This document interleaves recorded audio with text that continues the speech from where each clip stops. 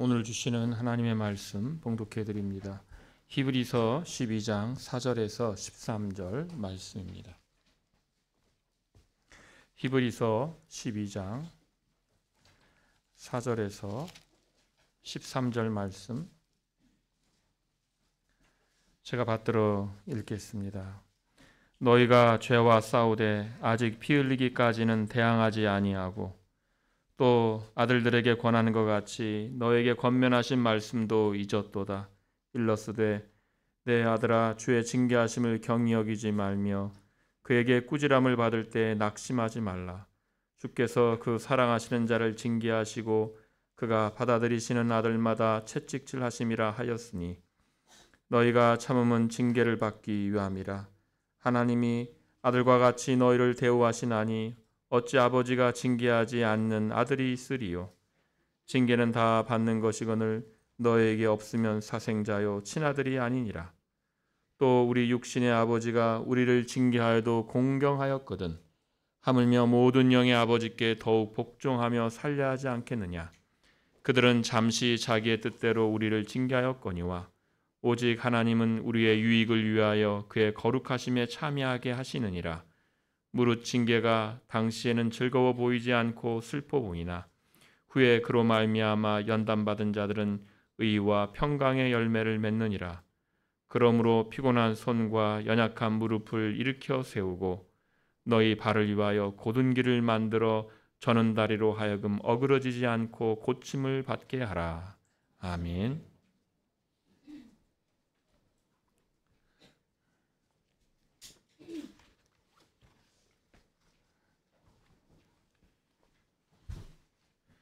네, 히브리서 11장에서 믿음에 앞서간 선진들을 소개했습니다. 또 히브리서 12장 들어와서 믿음의 이 길이 결코 쉽지 않음을 우리에게 가르쳐 줍니다. 믿음으로 사는 삶이라 늘 쉬운 일만은 아니어서 피곤함과 낙심함이 따라옵니다. 그래서 이제 이러한 삶에서 어떻게 해야 되는가 여기에 대하여 12장 2절은 믿음의 주요 또 온전하게 하시는 이인 예수를 바라보자 이렇게 우리에게 말씀합니다.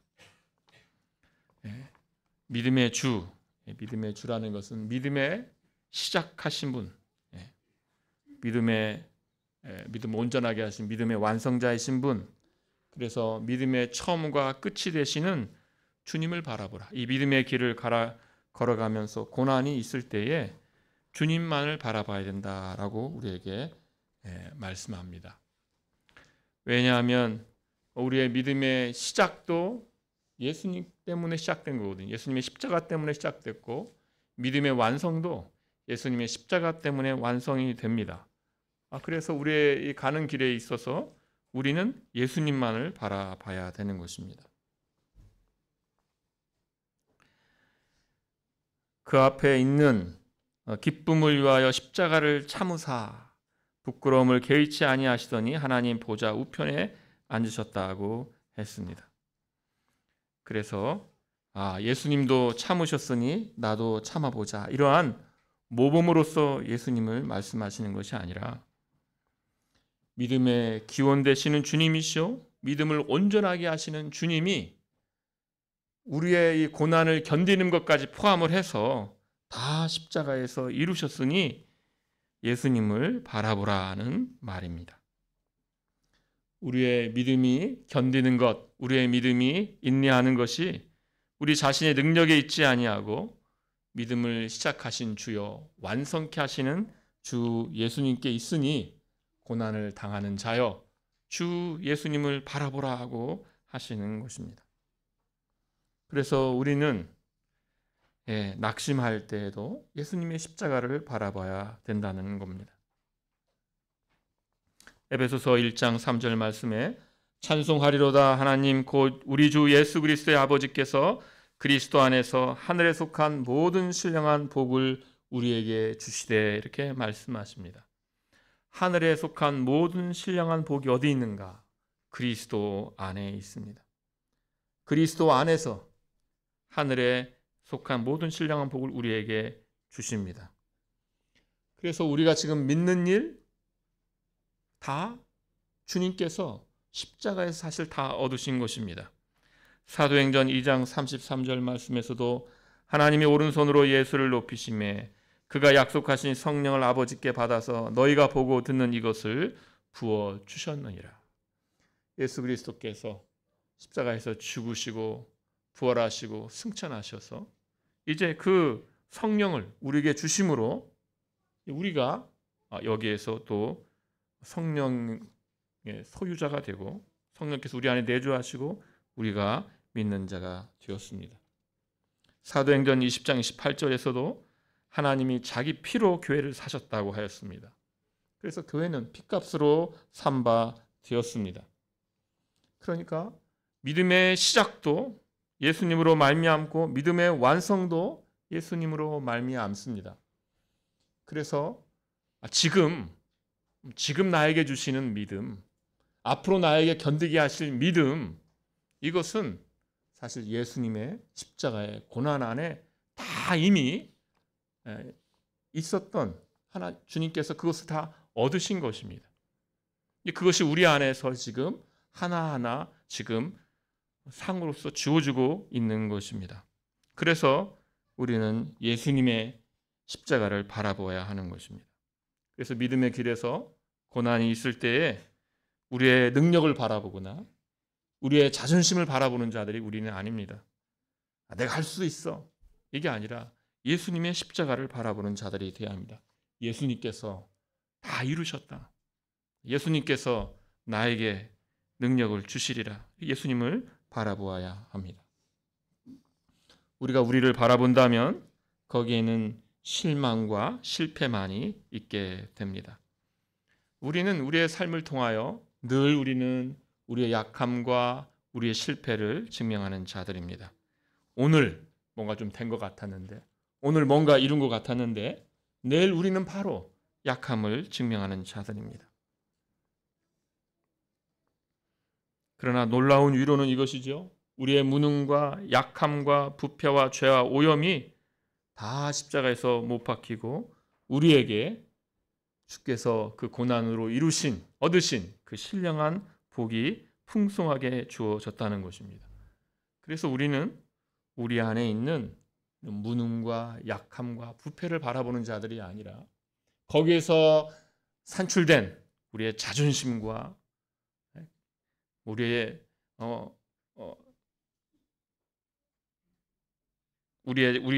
의지하는 것들, 이런 것을 바라보는 자들이 아니라 십자가를 바라보는 자가 되어야 하는 것입니다. 그래서 갈라디아서 2장 20절 말씀에서 이렇게 말씀합니다. 내가 그리스도와 함께 십자가에 못 박혔나니, 못 박혔다 십자가에. 그런즉 이제는 내가 사는 것이 아니요 오직 내 안에 그리스도께서 사시는 것이라. 이제 내가 육체 가운데 사는 것은 나를 사랑하사 나를 위하여 자기 자신을 버리신 하나님의 아들을 믿는 믿음 안에서 사는 것이라 이렇게 말씀합니다. 우리는 십자가에 다 못 박혔다는 것입니다. 그래서 이렇게 예수를 바라보라 하고 하시는 것입니다. 이제 오늘 1절에 3절이 경주로서 말을 했다면 이제 4절은 싸움으로 이렇게 말을 합니다. 너희가 죄와 싸우되 아직 피 흘리기까지는 대항하지 아니하고 이렇게 말씀합니다. 싸움이다라고 해요. 믿음의 길을 이제 경주가 아니라 싸움으로 말합니다.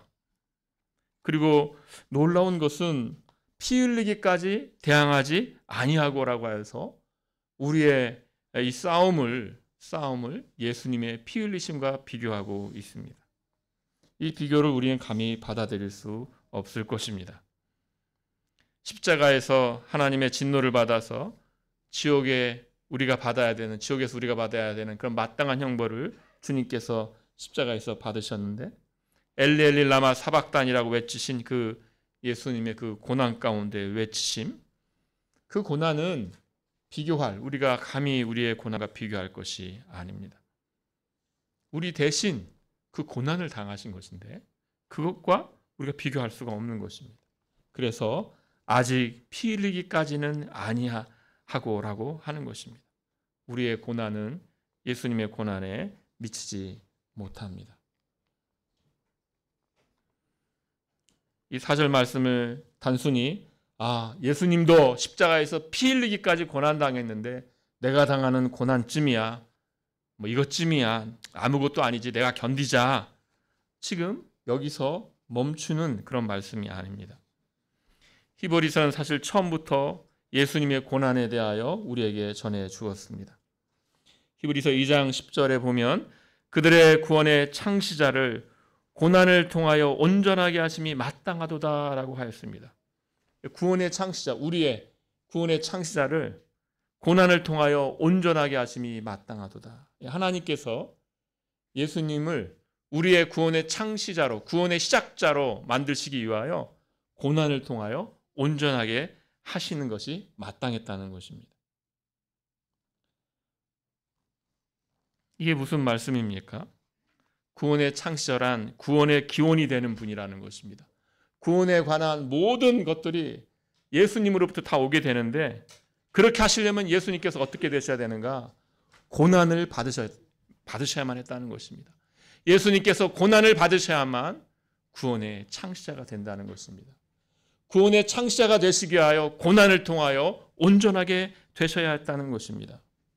구원의 기원이 되시기 위하여, 우리를 구원하시는 구원자가 되시기 위하여 십자가를 지시는 그 고난을 통과하여서 구원의 창시자로서 온전하게 되신 것입니다. 그리스도께서 무슨 그 전에 불완전했거나 이런 말씀이 아니라 구원의 창시자로서 일하시기 위하여서는 고난을 통하여서 구원의 창시자로서 온전하게 된다는 것입니다. 우리를 위한 구원을 시작하시는 분이 되시기 위해서는 고난을 통하는 길밖에는 없었다는 것입니다. 예수님께서는 우리를 구원하시기 위하여 고난 당하신 분입니다. 구원의 창시자가 되시기 위하여, 우리를 위하여 구원의 길을 내시기 위하여서 예수님께서는 죽음의 고난의 길을 걸어가셨습니다. 우리가 받은 이 구원은 예수님의 고난을 통하여 완성된 그 길입니다. 예수님께서 의로우신 그 자기 자신을 제물로 십자가에서 죽으심으로써 휘장이 위에서부터 아래로 찢어졌습니다. 막혔던 하늘의 성소의 길이 열렸습니다. 예수님께서 피를 흘리심으로 우리에게 구원을 주셨습니다. 그래서 믿음의 길을 걸어가면서 고난당하는 신자들에게 주시는 말씀이 무엇입니까? 너희가 지금 고난을 받고 있는데, 그러나 피 흘리기까지는 아직 아니다 라는 것입니다. 거기서 너희가 생각할 것은 우리로 하여금 믿음을 시작하시고 완성하시는, 우리의 믿음을 시작하시고 완성하시는 예수 그리스도, 우리의 구원의 모든 기원이 되시는, 시작자가 되시는 예수님께서 우리에게 그 구원을 주시기 위하여 앞서 말할 수 없는 고난을 당하셨다는 사실, 피 흘리셨다는 사실을 기억하라는 것입니다. 그래서 우리는 지금 믿음의 길을 걷는 자들에게 지금 주시는 두 가지 권면을 본 것이죠. 1절에서 3절까지 예수를 바라봐야 된다. 믿음의 주요 온전케 하시는 분. 주라는 것은 시작의 주죠. 온전케 한다는 건 완성의 주입니다. 시작의 주님 되시고 완성의 주님 되시는 예수님을 바라봐야 된다는 것이고, 두 번째는 우리가 고난당할 때 우리 앞서 우리로 하여금 구원의 길을 가게 하시기 위하여 피 흘리신 예수님을 또 우리가 생각해야 한다는 것입니다. 5절에서는 이제 5절부터는 아버지를 생각하라는 권면이 우리에게 주어집니다. 구원을 주시기 위하여 고난당하신 그리스도, 이 그리스도께서 우리로 하여금 우리가 당하는 고난을 견디게 하시는 것인데, 이제 5절부터는 우리의 시선을 하늘 아버지께로 옮기고 있습니다. 그래서 5절, 6절 말씀에서 이렇게 말씀하시죠. 우리 같이 한번 읽어보십니다. 또 아들들에게 권하는 것 같이 너에게 권면하신 말씀도 잊었도다. 일러스되 내 아들아 주의 징계하심을 경히 여기지 말며 그에게 꾸지람을 받을 때 낙심하지 말라. 주께서 그 사랑하시는 자를 징계하시고 그가 받아들이시는 아들마다 채찍질하심이라 하였으니. 예, 오늘 이 징계가 나오고 계속해서 징계가 나옵니다. 징계. 근데 이 징계는 헬라어로 파이데이아라는 단어입니다. 사실 이것은 여기도 나오는 단어이지만 현대 교육학에도 나오는 단어가 파이데이아라는 단어입니다. 이 아이를 파이디온이라고 하죠. 파이디온. 그러니까 파이데이아라는 것은 아이를 기르는 일입니다. 아이를 기르는 그 모든 일을 파이데이아라고 합니다. 그래서 이 작은 아이를 장성한 사람이 되게 하는 일, 온전한 사람으로 자라게 하는 일, 그 일을 파이데이아라고 합니다. 그래서 아이를 성숙한 사람으로 길러내는 일이 이 파이데이아인데, 이건 단순히 혼내는 일로만 되어지는 것이 아니고 모든 필요한 것을 공급해야 하죠. 먹는 것도 공급해야 되고 마시는 것도 공급해야 되고 정서적 필요도 공급해야 되고 그래서 사랑도 공급하고, 그리고 그 중에는 혼내는 일도 있습니다. 꾸중하는 일도 있죠. 책망하는 일도 있습니다. 그래야 이제 이 아이가 온전하게 자라는 것이죠. 그래서 이 징계라고 번역했는데, 징계가 뭔가 이렇게 우리가 생각할 때 그냥 단순히 벌 주는 거 이렇게 우리가 바로 연결시킬 수 있는데, 이 원래 단어는 파이데이아, 아이를 하나의 한 사람으로 길러내는 그 일입니다. 아들들에게 권하는 것 같이 너에게 권면하신 말씀을 잊었도다라고 하였는데, 이것은 그러니까 이 징계, 이 파이데이아가 지금 무엇입니까? 아버지가 자녀들에게 타이르는 말씀과 같다는 것입니다.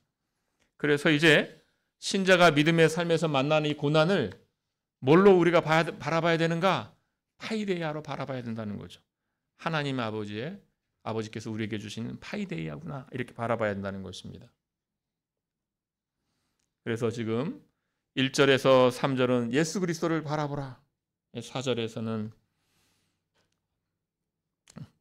너희가 당하는 이 모든 고난, 앞서 당하신 예수 그리스도를 바라보라는 것이죠. 그리스도의 피 흘림이야말로 우리의 고난을 견디게 하는 힘이라는 것입니다.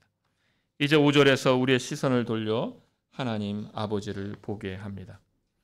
고난은 파이데이아다. 그 자녀를 사랑하는 부모가 사랑하는 마음으로 자녀를 길러내는 그것이 바로 고난이다. 그것이 파이데이아다라는 것입니다. 아이의 부모가 그 자녀를 양육하고 길러내듯이, 훈육하듯이 하나님 아버지께서 사랑하는 자녀를 그렇게 양육하시고 교육하시고 훈육하신다는 것입니다. 아이를 방치하는 부모가 없듯이 하나님께서는 우리를 방치하지 않으시고 길러내십니다. 부모는 그 아이를 사람으로 길러냅니다. 마찬가지로 하나님께서 우리를 길러내시는 것입니다. 주께서 그 사랑하시는 자를 징계하신다고 하였습니다. 이 파이데이아는 어디서부터 그러니까 기원하는 겁니까? 주님의 사랑에서 기원합니다. 사랑하기 때문에 필요한 것을 공급하고 그 성숙의 길로 가기 위하여서 아이에게 그 사랑에서부터 출발한 꾸지람을 주게 됩니다. 그래야만 자녀가 한 사람으로 잘 자라나기 때문입니다. 그래서 7절에서 이렇게 말씀합니다. 너희가 참음은 징계를 받기 위함이라. 너희가 참음은 징계를 받기 위함이라. 이렇게 말씀합니다. 이게 좀 이상하죠? 너희가 참음은 징계를 받기 위함이라. 왜냐하면 이 징계를 그냥 지금 벌 주는 거 이렇게 생각하니까 이게 너희가 참으면 징계를 받기 위함이라. 우리가 참는 게 벌 받기 위해서인가? 이게 잘 안 되는 거죠, 이게. 그러나 아까 말씀드렸듯이 징계가 뭐라고 했습니까? 파이데야. 그러면 그게 이해가 되시죠? 부모가 아이를 한 사람으로 길러내는 그 일이죠. 그러니까 너희가 참음은 징계를 받기 위함이라는 것은 왜 신자가 고난을 참는가? 이게 다 주님의 하나님의 파이데이아이기 때문에 양육하심이기 때문에 참는다는 것입니다. 너희가 참음으로써 주님의 양육을 받는 것이다는 것이죠. 주님의 길러냄을 받는 것이다라는 것입니다. 그래서 신자는 고난을 참습니다. 왜냐하면 주님께서 주신 파이데이아이기 때문입니다.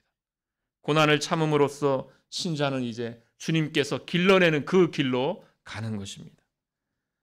자그마한 아이가 이렇게 우리 참 저녁 예배 때도 이렇게 다 작은 아이들이 이렇게 와 있는데 정말 세월이 빨라서 이런 자그마한 아이들이 순식간에 자라나서 청년이 됩니다. 이렇게 멋진 청년으로 자랐을 때 주변을 흐뭇하게 하죠. 근데 그렇게 자라게 하는 그 일에는 바로 그를 사랑하는 부모의 파이데이아, 그 양육이 있는 거죠. 교육이 있는 것이죠. 그래서 고난받음은 자녀를 길러내시는 하나님 아버지의 파이데이아이니 기꺼이 견딜 수 있다는 말씀입니다. 하나님이 아들과 같이 너희를 대우하시나니 어찌 아버지가 징계하지 않는 아들이 있으리요. 징계는 다 받는 것이거늘 너희에게 없으면 사생자요 친아들이 아니니라고 하였습니다. 우리가 하나님의 자녀라면 우리는 하나님께서 우리를 길러내시는 분으로 알아야 되고, 그렇다면 우리가 생각할 것은 하나님께서 나를 길러내시는구나. 하나님의 이 파이데이아가 나와 함께 하는 거구나. 우리가 그것을 믿어야 하는 것이죠. 그래서 징계는 오히려 자녀됨에 당연히 따라오는 것입니다. 그래서 신자는 고난을 하나님의 이 파이데이아로 알고 참아야 하는 것입니다. 왜냐하면 그게 하나님께서 지금 자녀로 대우하시는 바로 그것이기 때문입니다. 어제 말씀을 묵상하면서 하나님께서 파이데이아, 내게 주신 파이데이아가 무엇이었나가 이렇게 또 제 삶을 또 한번 이렇게 생각하게 되었습니다.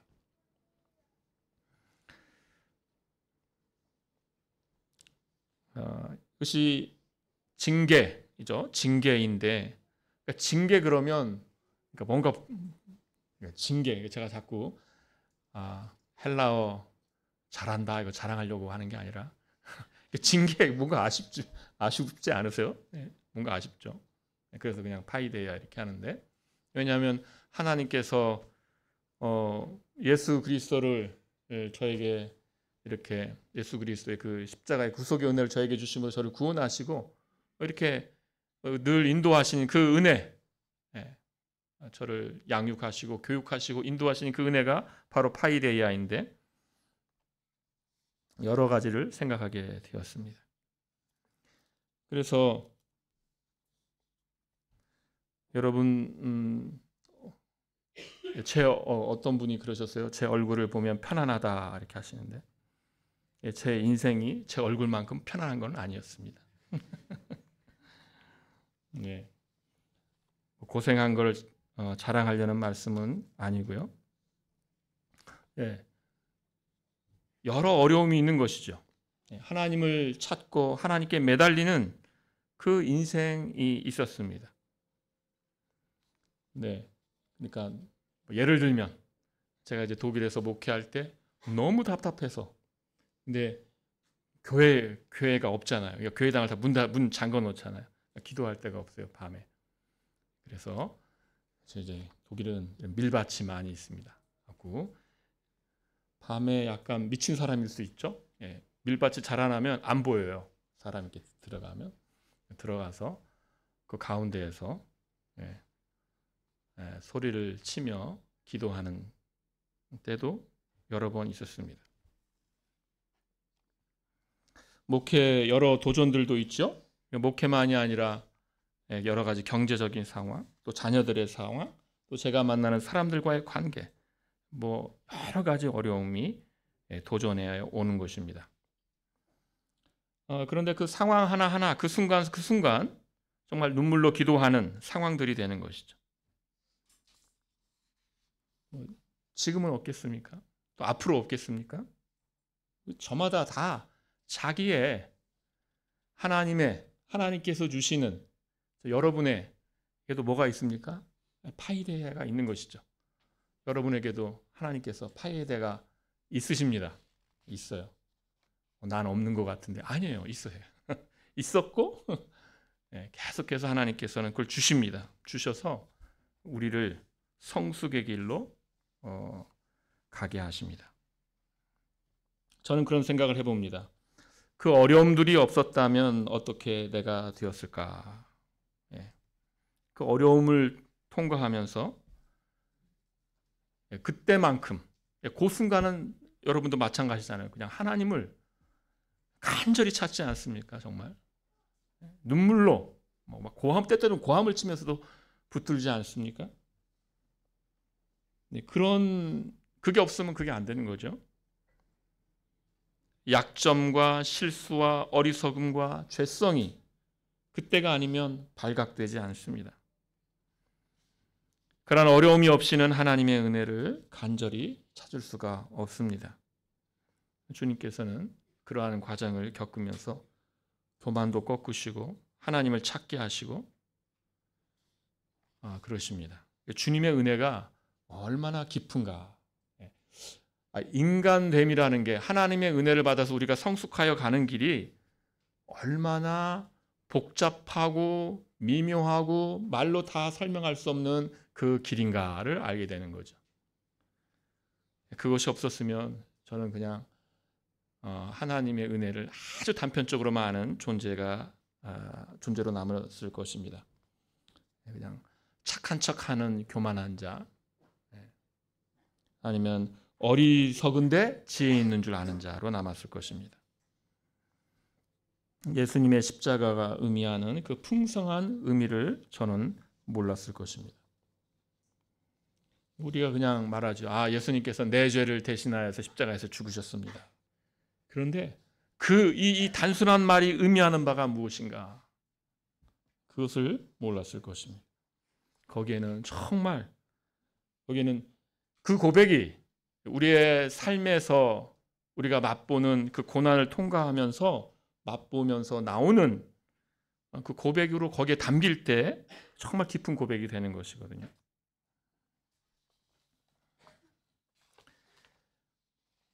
그래서 이 파이데이아, 훈육이 없다면 그것은 정상적이지 않은 양육입니다. 신자로 산다는 것은 하나님의 자녀로 산다는 것이죠. 그러면 하나님의 교육이 있습니다. 훈육이 있습니다. 예수 믿는 것에 대한 오해는 여기서 발생하죠. 예수님 믿으면 고난이 없는 삶을 살아.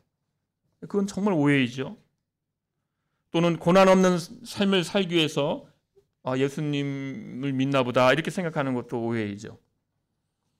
믿지 않는 이들은 예수님 믿는 사람들이 믿어서 고난이 없는 삶을 살기 위하여 믿어서 사회에서 출세하고 성공하기 위해서 믿는다라고 생각하는데 그건 오해이죠. 하나님께서는 파이데이아 하십니다. 그것이 놀라운 것이죠. 어떤 부모가 막 나가는 자녀를 그냥 방치합니까? 그렇지 않죠. 타이르고 책망하고 때때로는 따끔하게 혼을 냅니다. 그것이 정말 그래야 자녀를 사랑하는 부모이죠. 하나님 아버지께서 우리를 자녀로 양육하십니다. 그러므로 거기에는 훈육이 있습니다. 정상적인 그 부자 관계에서 너무나 당연하듯이 하나님의 이 파이데이아는 너무나도 당연한 것입니다. 또 9절 말씀에서 이렇게 말씀합니다. 또 우리 육신의 아버지가 우리를 징계하여도 공경하였거든 하물며 모든 영의 아버지께 더욱 복종하며 살려 하지 않겠느냐? 그들은 잠시 자기의 뜻대로 우리를 징계하였거니와 오직 하나님은 우리의 유익을 위하여 그의 거룩하심에 참여하게 하시느니라. 이제 9절과 10절은 이 땅에서의 육신의 아버지와 하나님 아버지를 비교하고 있죠. 하나님께서 우리를 징계하신다 할 때 오해하면 안 되는 것이 땅의 아버지가 그렇게 우리 이 땅에서 우리를 징계하듯이 막 그렇게 막 분노에 차서 때때로 여러분 안 그러셨어요? 오늘 주일 낮예배 이렇게 들으면서 참 실수가 많았구나 이런 생각을 하게 되는데 설교가 아니고 그 앞에 패밀리 티칭 있죠? 그때 생각하면서 근데 저도 그랬거든요. 이 노가 이게 저의 통제를 지나쳐 저가 제 통제를 잃어버리고 이렇게 하는 적도 여러 번 있었습니다. 그러니까 얼굴만 보고 사람 믿으면 안 됩니다.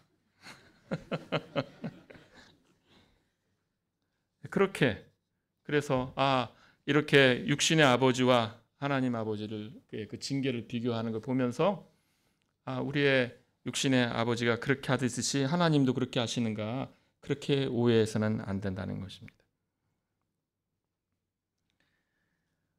9절에서 육신의 아버지가 징계하여도 우리가 그래 존중하는데 공경하는데 영의 아버지께서 우리를 징계하신다면 더욱 거기에 복종하며 살려고 하지 않겠는가라고 합니다. 육신의 아버지가 우리를 징계해도 우리가 그렇게 공경하는데 하물며 하나님 아버지께서 그렇게 하신다면 우리의 근원이신 하나님께서 그렇게 한다면 우리가 마땅히 하나님께 더욱 복종해야 함을 우리에게 말씀하고 있습니다. 하나님께서 그 주권적 섭리에 따라서 우리에게 주신 것을 우리가 복종하여서 받아야 된다는 것이죠. 육신의 부모가 우리에게 징계를 줄 때도 우리가 그렇게 한다면 우리의 하늘 아버지께서 우리에게 이 징계를 주신다면 그걸 파이데아로 주시는 건데 그렇다면 우리가 그렇게 하나님께 복종하여 그걸 받아야 되는 것이죠. 그러나 그 외에도 몇 가지 이유를 여기 우리에게 더하고 있습니다. 육신의 아버지와 하늘 아버지의 징계의 차이는 그 시기에 있습니다. 육신의 아버지는 잠시 동안이라고 합니다. 그러니까 징계가 잠시 동안이니까 더 좋은 거 아니냐 그게 아니라 파이레 아이를 자라게 하는 일인데 육신의 아버지의 징계가 잠시라는 것은 다른 말로 자녀에 대한 그 아버지의 역할이 잠시란 것이죠. 잠시입니다. 잠시. 그러나 하나님께서 우리에게 영원한 생명을 주시고 아버지가 되셨습니다. 우리로 영원히 살게 하십니다. 이 잠시라는 말에서 보듯이 우리는 늘 한계가 있죠. 그냥 태어나서 글쎄요. 저는 한국 나이로 29살에 결혼해서 30에 아이를 낳았는데 그러면은 제가 겨우는 아니죠. 아무튼 그 정도 살고 이제 아이를 양육하는 것이죠. 잠시죠, 잠시. 잠시 이 땅에서 필요한 것 위주로 교육합니다. 육신의 아버지의 역할이란 한계가 있습니다. 그러나 하나님 아버지께서는 잠시 동안만 아버지가 되시는 것이 아니라 우리에게 영원한 생명을 주시고 내가 너의 아버지가 되겠다라고 하시고 장막 안에 거하시기 위하여 예수 그리스도를 주신 분입니다. 그들은 잠시 자기의 뜻대로 우리를 징계하였거니와라고 합니다. 그러니까 우리 사람들이 이 땅에 사는 동안 조금 살아온 인생 가운데에서 자기가 배운 것을 따라서 자기의 지혜로 자기의 뜻대로 자녀를 징계하는데 어떻게 하는가? 이게 최고다. 이게 최고다라고 육신의 아버지가 그렇게 하는 것이죠. 이게 최고다. 자기의 뜻대로, 자기의 지혜대로 이렇게 하면 좋아라고 하지만 그러나 거기에는 많은 한계가 있다는 것이죠. 그러나 하나님께서는 어떻게 하십니까? 우리의 유익을 위해서 이렇게 한다고 하십니다. 우리 육신의 부모도 우리의 유익을 위해서 하지 않았습니까? 그렇죠. 그러나 지상에 존재하였던 그 많은 부모들이 자녀들의 유익을 위해서 했지만, 그러나 그 일은 잠시 자기의 뜻대로 한 일이라 이렇게 말하는 것입니다. 세상의 부모들이 자녀들의 유익을 위해서 최선을 다하겠지만, 그러나 거기는 실수가 있고 자신의 생각에 따른 한계가 분명한 것이죠. 이 말씀이 지금 이 땅에 있는 육신의 부모의 역할을 폄하하는 데 있는 것이 아닙니다. 이것은 지금 이 땅에 있는 부모의 역할을 폄하하는 게 아니라 하나님 아버지에 대한 신뢰를 우리에게 지금 강조하기 위해서인 거죠. 마태복음 7장 9절에서 11절 보면 이렇게 말씀합니다. 너희 중에 누가 아들이 떡을 달라 하는데 돌을 주며 생선을 달라 하는데 뱀을 줄 사람이 있겠느냐? 너희가 악하냐라도 좋은 것으로 자식에게 줄 줄 알거든. 하물며 하늘에 계신 너희 아버지께서 구하는 자에게 좋은 것으로 주시지 않겠느냐? 이렇게 말씀합니다. 아들이 떡을 달라 하는데 돌을 주고 생선 주세요 그런데 뱀을 주고 그러지 않는다는 거죠. 아이가 설령 뱀을 주세요 하면 악한 것을 구해요. 뱀을 주세요 그러면 뱀을 주지 않죠. 생선을 주겠죠. 악한 것을 구해도 좋은 것을 주려고 하는 게 이 땅에 있는 그 부모의 모습입니다. 그렇게 최선을 다하죠. 그러나 그렇게 최선을 다할지라도 우리의 유익을 참으로 위하는가? 우리의 유익을 참으로 위하시는 분은 하나님 아버지시라는 것입니다. 육신의 아버지가 이게 최선이다 하고 생각하고 아이를 징계하지만 최선의 결과를 낳지 못합니다. 그러나 하나님 아버지께서는 우리의 유익을 위하시죠. 로마서 8장 28절에 보면 하나님을 사랑하는 자, 곧 그의 뜻대로 부르심을 입은 자들에게는 모든 것이 합력하여 선을 이루느니라고 하였습니다. 이 선이 무엇입니까? 그 유익이 무엇입니까? 놀라운 말씀을 하는데 하나님의 거룩함에 참여하는 것이라 오늘 말씀에서 말씀합니다. 그의 거룩하심에 참여하게 하신다. 하나님의 거룩하심에 참여한다. 이게 무슨 말씀일까? 그 깊은 의미를 우리가 다 알지 못하지만 히브리서 2장 11절에 보면 이렇게 말씀합니다. 거룩하게 하시는 이와 거룩하게 함을 입은 자들이 다 한 근원에서 난지라. 그러므로 형제라 부르시기를 부끄러워하지 아니하시고라고 하였습니다. 우리를 거룩하게 하시기 위하여 성자 하나님께서 인성을 취하사 사람이 되시고 그 십자가의 그 제사로 우리를 거룩하게 하셨습니다. 우리를 거룩하게 하셨고 이제 우리를 거룩에 참여하게 하신다. 근데 그냥 거룩이 아니라 하나님의 거룩에 참여하게 하신다 하십니다. 우리에게 주어질 복이 얼마나 큰가 생각하게 됩니다.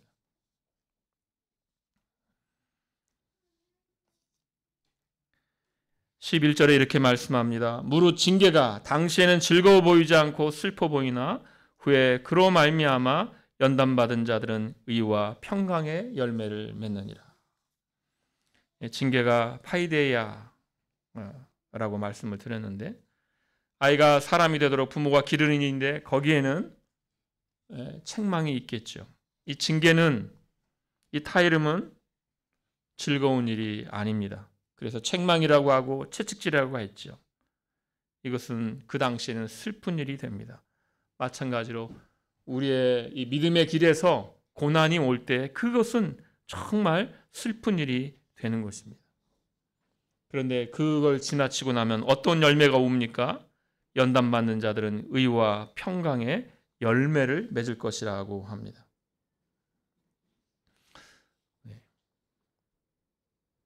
그런데 그런 생각도 해보았습니다. 내가 이 길을 지나쳐 의와 평강을 맺겠구나. 내가 고난을 견디자 이럴 수 있을까? 왜냐하면 고난을 겪는 당시에는 그냥 그 안에서 견디는 것 그 정도 하는 거거든요. 그리고 지난 후에 좀 세월이 흐른 후에 그 말씀이 맞구나. 이제 그때 깨닫게 되겠죠.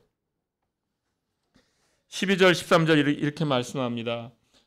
그러므로 피곤한 손과 연약한 무릎을 일으켜 세우고 너희 발을 위하여 곧은 길을 만들어 저는 다리로 하여금 어그러지지 않고 고침을 받게 하라. 12장 1절에서 믿음의 삶을 경주로 비유하며 시작했죠.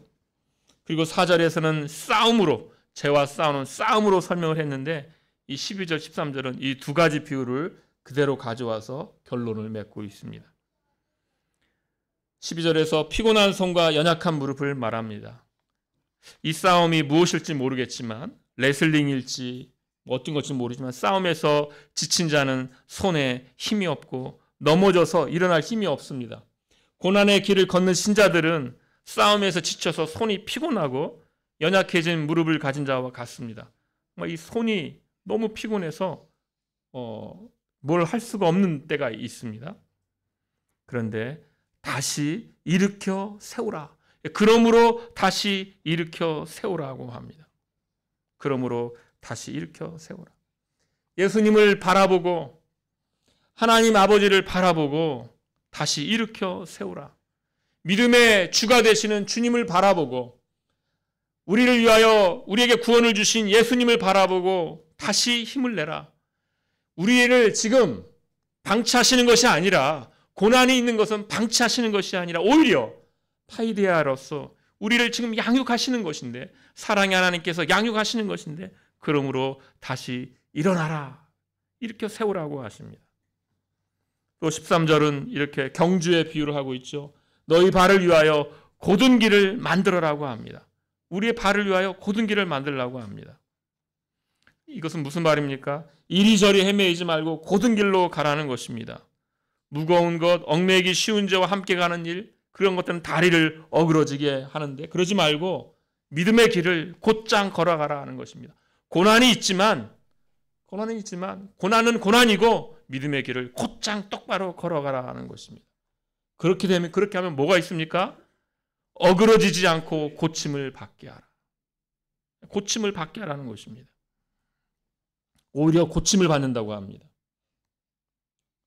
허리를 꼿꼿이 세우고 앞을 내다보고 똑바로 걸으면 건강에 너무나 좋다고 합니다. 제가 지금도 저는 별로 변한 게 없을 텐데요. 저희 학생 중에 이제 필라테스라고 있죠. 그 강사하시다가 입학하신 분이 계셨어요. 그분이 제가 이제 학교에서 제가 걷는 모습을 보고 저에게 오셨어요. 교수님, 그렇게 걸으면 안 됩니다. 그렇게 걸으면 병 걸립니다. 아니다 다를까. 저는 이게 디스크 때문에 너무 고생했고 또 시술도 받았거든요. 저처럼 걸으시면 안 됩니다.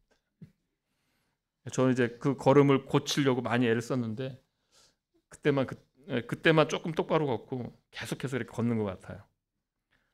앉아 있는 자세, 걷는 자세 정말 중요하죠. 믿음의 길을 똑바로 걷는 것도 똑같다는 것이에요.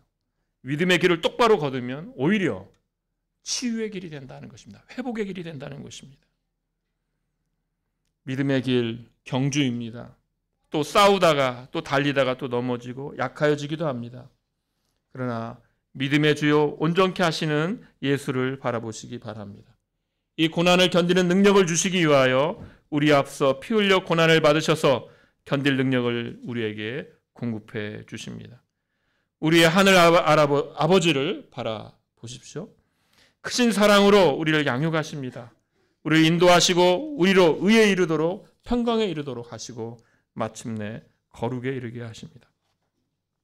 믿음의 길 지치지 마시고 오히려 힘을 내시고 예수님 바라보시고 아버지 바라보시고 힘을 내시고 오히려 이렇게 세우셔서 똑바로 걸어서 내가 똑바로 걸으리라. 고난이 있지만 똑바로 걸으리라. 그래서 오히려 내가 치유를 경험하리라. 이렇게 결심하시는 저와 여러분 되시기를 소원합니다. 함께 기도하겠습니다. 하나님 아버지, 저희는 너무나도 연약한 자들이고 우리 안에 있는 오염 때문에 우리 스스로 지치게 만드는 자들인데 주께서 먼저 저희를 사랑하여 주시고 우리에게 필요한 모든 것들을 공급하여 주시오니 감사합나이다. 아버지 하나님, 우리는 연약한 자들이라 우리가 고난받을 때 우리 스스로 일으켜 세울 수 없는 자들이오니 주여 믿음을 날마다 더 크게 하시고 강하게 하여 주시어서 우리 주 되신 믿음의 주 되신 예수님을 바라보게 하시고 우리를 사랑하사 우리와 함께 하시고 우리를 길러내시는 하나님 아버지를 더 간절히 붙드는 자들 되게 하여 주시옵소서. 예수님의 이름으로 기도하옵나이다. 아멘.